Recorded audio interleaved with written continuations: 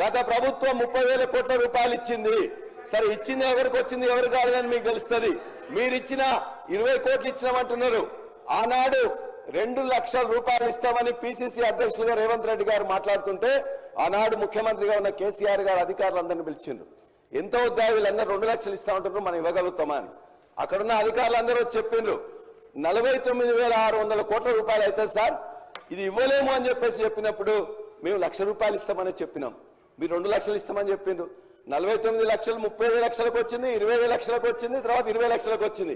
ఇవాటికి కూడా 50% కంటే తక్కువనే ఇవాళ రుణమాఫీ అయింది. కాబట్టి మీరు ఇవాళ మొత్తం కూడా రైతులందరూ ప్రతిరోజు తిరుగుతుంది. కాబట్టి మిగతా రైతులందరూ కూడా మీరు హామీ ఇచ్చినట్టుగా రుణమాఫీ ఇవ్వాలని చెప్పేసి మీ ద్వారా కోరుతున్నాం అధ్యక్ష. అదేవిధంగా మీరేం చెప్పిన అధ్యక్ష, ఈ ప్రభుత్వం ఓన్లీ ఎంఎస్పీ ఇవ్వట్లేదు, మేమైతే వచ్చిన తర్వాత ప్రతి గింజ కొంటాం ఎంఎస్పీ కూడా ఇస్తామని చెప్పింది. ఎంఎస్పీ ఇచ్చిందే కాదు, ఇలా వరంగల్ రైతు డిక్లరేషన్ కానీ లేకపోతే మీ మేనిఫెస్టోలో కానీ క్లియర్గా చెప్పింది.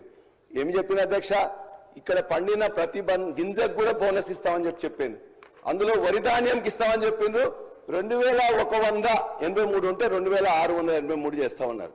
2,183 ఎంఎస్పీ దేనికి ఉంది అధ్యక్ష? దొడ్డు ధాన్యానికి ఉంది. మరి ఇచ్చిండ్రా? దొడ్డు ధాన్యానికి ఇవ్వలే, సన్నధాన్యానికి ఇస్తామని చెప్పి ఇప్పటికీ 500 కోట్ల రూపాయలు బకాయిలు ఉన్నారు. అదేవిధంగా మిగతాది అనేక ఉన్నాయి అధ్యక్ష. మొక్కజొన్న కానీ, కందులు కానీ, ఎర్రజొన్న కానీ, జొన్నలు కానీ దేనికి ఇవ్వలే. ఇవాళ జుక్కల్ నియోజకవర్గం కానీ నారాయణఖేడ్ నియోజకవర్గంలో డాక్టర్ సంజీవ్ రెడ్డి గారు ఉంటారు. అక్కడ పండితే అధ్యక్ష మేము ఇంకా 2 సబ్జెక్ట్ కూడా కాలే అధ్యక్ష, 2 సబ్జెక్ట్ కూడా కాలే అధ్యక్ష. ఇది కాబట్టి ఇవాళ బోనస్ అనేది బోగస్ అయింది. 25% మాత్రమే ఇచ్చిండ్రు. మేము ఖచ్చితంగా లెక్కలతో నేను మొత్తం చూపిస్తాం. మీరు వ్యవసాయ కమిషన్ ఒకటి ఇచ్చారు, వ్యవసాయ కమిషన్ ఒకటి వేశారు. ఆ వ్యవసాయ కమిషన్ లో అధ్యక్ష అది ఒక పునరావాస కేంద్రం తప్ప దానివల్ల ఏమి చేయట్లేదు అధ్యక్ష. మేము ఇవాళ చెప్తున్నాం 1400 ఆత్మహత్యలు 2014లో జరిగితే దాన్ని క్రమక్రమేణా తగ్గించుకుంటూ 134 ఆత్మహత్యలకు తగ్గింది 2023 సంవత్సరంలో.